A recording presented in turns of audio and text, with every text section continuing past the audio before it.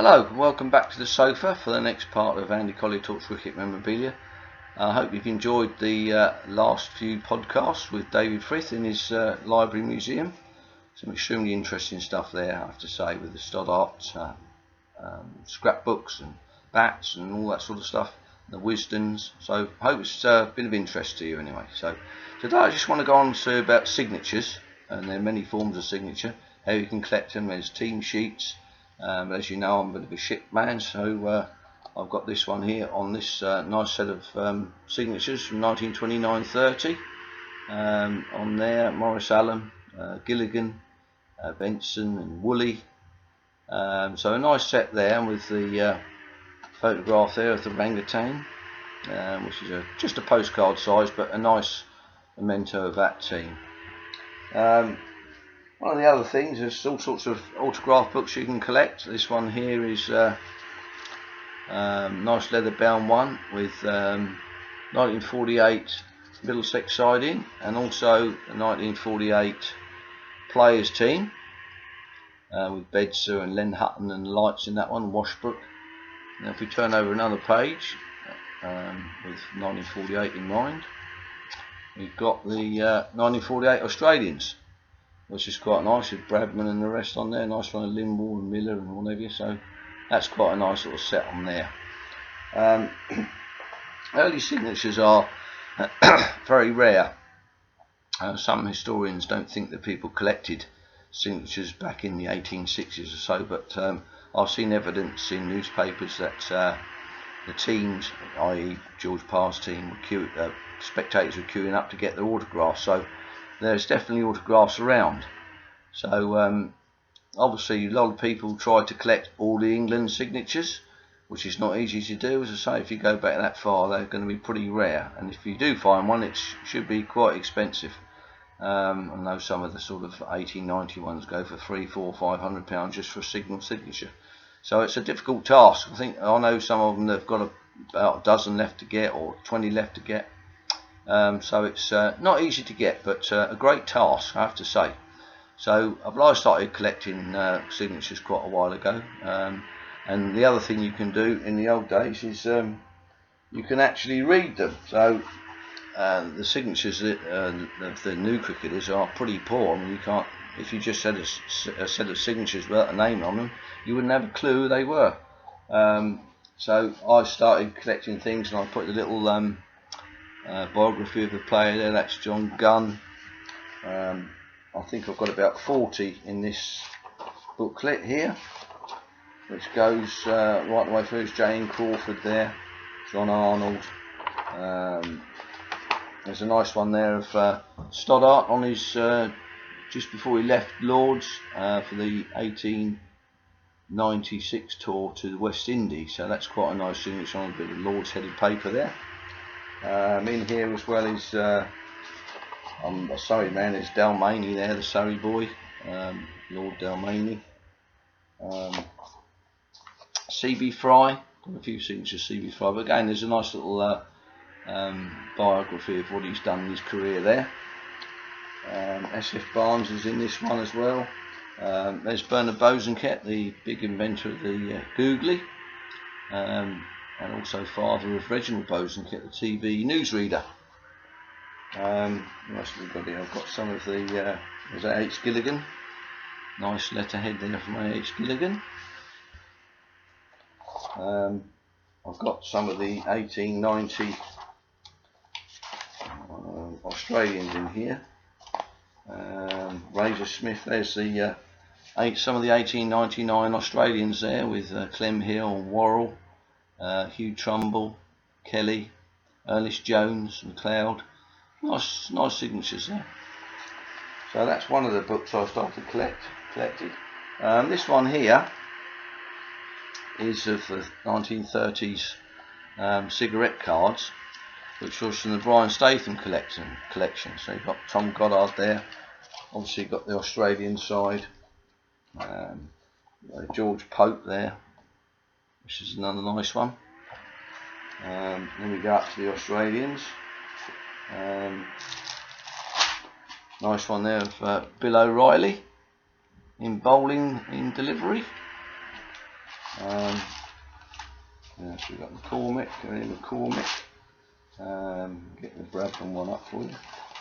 There's Norman Yardley, the England captain at the time, or future England captain. Dear old Sid Barnes there, proper signature of Sid Barnes, not his normal stamp on the 1948 team sheets, which is quite an interesting story. I think they signed about 1,000 of those, and a lot of them ended up overboard, so they had to start again. And then Ernie Toshak was signing stuff. Other passengers were signing stuff for him, so you've got to be careful of who signed it. But they look the same. But good old Sid Barnes had his stamp that he stamped. So if you get a signature of Sid Barnes, it's quite a rare thing. So this is a nice one here. This is one I bought. This is he's got 29 signatures in this one from about 1937. Wilfred Rhodes there. And then we carry on. We've got the Sussex team, the New Zealand team in 1937. There's a Sussex team there, obviously in 1937. There's a nice rare one in here. Rare picture of, there's a nice one there of Douglas Jardine. Excellent signature there of him. And there's a nice one here of Wally Hammond. There's a very rare photograph there signed of Wally Hammond. That is on his home test debut against the West Indies, when he was dropped on naught by Leary Constantine. So quite a rare photograph, and nice in this little book. Look at this of mine. There's another one here. There's the Surrey Boys of the 1950s. Used to have an autographed cricket album for their benefit years. And this one is of Arthur McIntyre. This is one he collected in 1955. Now, Arthur McIntyre was my coach in the loose terms at the Oval when I first got up to the Oval in the mid 70s. Sorry. And I can remember the first Surrey net I went to was down up the Vauxhall end, and across the Oval came Arthur McIntyre. I went up there as a bowler come batsman, all bit of an all-rounder. Anyway, he got to the side of the pitch and he said, Andrew Collier, he said, you'll be opening the batting as it were. I said, okay, Mr. McIntyre. I'm not an opening batsman, but there I was in a bit of a crisp April morning. Done okay. So must have pleased him. We've got a few more games, so happy with that.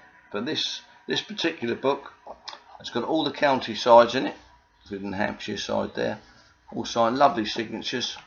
As I say, you can actually read most of these signatures, and it's also got the England team in there, the 50s, and the Australian side. There's the New Zealand side, that's a 73 that's been put in there, and then we've got the Australian side, 55 there. The England side, nice set of signatures there, including Wardle and Peter May, Dennis Compton, all readable. Len Hutton, David Shepherd, Simpson, Bedser, Brian Statham, Jim Parks, Tom Graveney. They're all on there. Frank Tyson. It's a nice little booklet, that. So I don't know how many of those they would sell for their benefit year, but they're. It's always nice to see they come up regularly at auction, but not in the full book sense, because the books get bought by certain dealers and torn up and never to be in one piece again. But I've added to all this. I've got some cricket, there's a page of cricket personalities on there with Ted Dexter and Barry Richards, Chris Cowdrey, John Lever, Rama Savile. But what I did do is Henry Blofeld there. What I did do on this one, which I'm regretting, is to get one of the Lashing sides to sign it. And basically you can't read them, which is pretty disappointing. I mean, the signatures for these days from our current cricketers are quite poor. If you didn't have the name by the side of it, you wouldn't know who they were. So there we are. But all sorts of little signatures there. There's another little book there.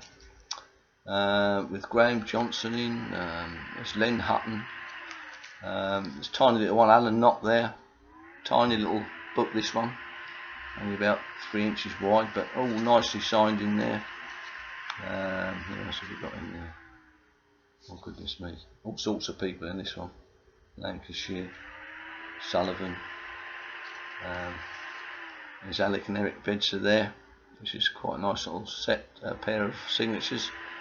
Yeah, so that's nice to have those. A couple of other autograph books there. This one here, this has got some football ones in this one. There's an Elton John in this one, and all sorts. Worcester 1966, Somerset. There's all sorts of different signatures, team signatures in there. Obviously there's team signatures, Australia ones, England ones. I've got quite a few of those, but obviously few to show on this little podcast. Say it's always a bit dodgy with new signatures, with the validity of them. Whether if you get on eBay, so I might have traced them, but generally I've found that they're pretty good. So on that note, I'll cast off and see you next time.